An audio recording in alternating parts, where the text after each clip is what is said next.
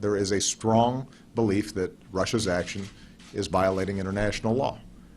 I know President Putin seems to have a different set of lawyers making a different set of interpretations, but I don't think that's fooling anybody. I think everybody recognizes that although Russia has legitimate interests in what happens in a neighboring state, that does not give it the right to use force as a means of exerting influence inside of that state.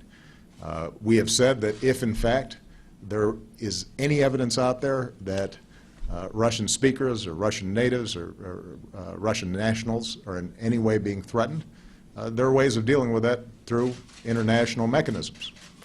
And we're prepared to make sure that the rights of all Ukrainians are upheld. And in fact, in conversations that we've had with the government in Kiev, they have been more than willing to work with the international community and with Russia to provide such assurances.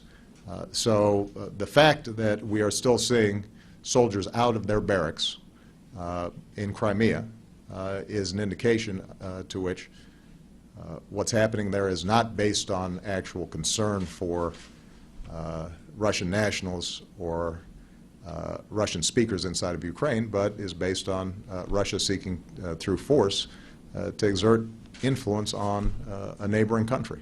That is not how international law is supposed to operate. You know, the course of history is for people to want to be free to make their own decisions about their own futures.